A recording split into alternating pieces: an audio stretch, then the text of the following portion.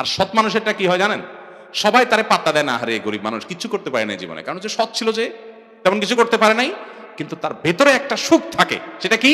সে জানে সে কোনো 2 নম্বর পথে কখনো কামাই করে নাই। এই যে মানসিক সুখ, এই জন্য নবী করিম সাল্লাল্লাহু আলাইহি ওয়াসাল্লাম বলেছেন, লাইসাল গিনা বিকাসরাতিল আরজ, অনেক সম্পদ আর জমি জমার সম্পত্তির মালিক হলে এটার নাম সচ্ছলতার বড়লোকি নয়। আসল বড়লোকিকে, আসল বড়লোকি কোনটা? ওয়ালাকিন্নাল গিনা গিনান নাফস, মনের দিক থেকে যে সুখী, যে জানে যে আমি তো অবৈধ পথে যাই না, আমি খুশি আলহামদুলিল্লাহ, অতএব সৎ পথে চলবো তো ইনশাআল্লাহ। পরিবারে বরকত আসার জন্য এটা হলো 1 নম্বর কাজ। হালাল উপার্জন করতে স্বামী স্ত্রী দুজন মিলে সংকল্প করবেন, ইবাদত বেশি করতে পারে না কিন্তু উপার্জনটা হালাল রাখবো। এই যুগে এটার অভাব অনেক বেশি। নামাজ কালাম পড়ে 2 নম্বরই করে, ঘুষ খায়। আমাকে এক লোক বললো, এক অফিসারের কাছে আমার কাজ ছিল, পরে যায় দেখি উনি মসজিদে।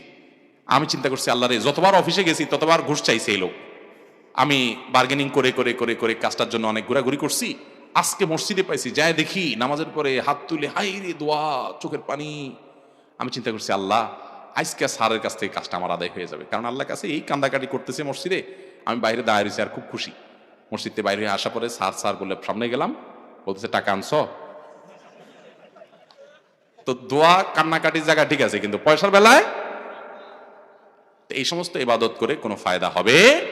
বাসা বাড়িতে বরকত নামে আনতে চান, অল্প পরিশ্রম করবেন, ছেলে মেয়ে অনেক বড় মানুষ হবে ইনশাআল্লাহ, সুখ শান্তি পাবেন, হালাল উপার্জন করেন। মুশকিল হলো কি, এই ওয়াজগুলো আমরা বিশ্বাস করি না। আমরা মুখে সবাই বলি হারামে আরাম আছে, হারামে আরাম নাই, আমরা সবাই জানি। কিন্তু যদি এখন আপনি 1 বস্তা টাকা পায়া যান, কেউ না দেখে, মালিক টালিক খুঁজতে গেলে ঝামেলা, চুপচাপে ঘরে নিয়ে রাখার সুযোগ আছে, মাহফিল থেকে যাওয়ার সময় পাইছেন মনে করেন, কি করবেন? খুব কম মানুষই আছে যে হ্যাঁ বউরে বলবে চুপচাপ রাখো আপাতত, দেখা যাক পরিস্থিতি কোন দিক যা।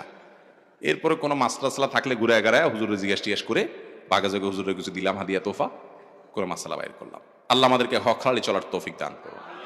হক হালালি চলা মানুষ এখন পাওয়া যায় না ভাইরা আমার, এই জন্য বাসায় বরকতের জন্য হালাল পথে চলতে হবে। 1 নাম্বার 2, বাসা ঢোকার সময় বিসমিল্লাহ বলে ঢুকবেন, খাওয়ার সময় বিসমিল্লাহ বলবেন, প্রত্যেকটা কাজে বিসমিল্লাহ বলবেন, বাচ্চাদেরকে শিখাবেন বিসমিল্লাহ ছাড়া কোনো কিছু হবে না।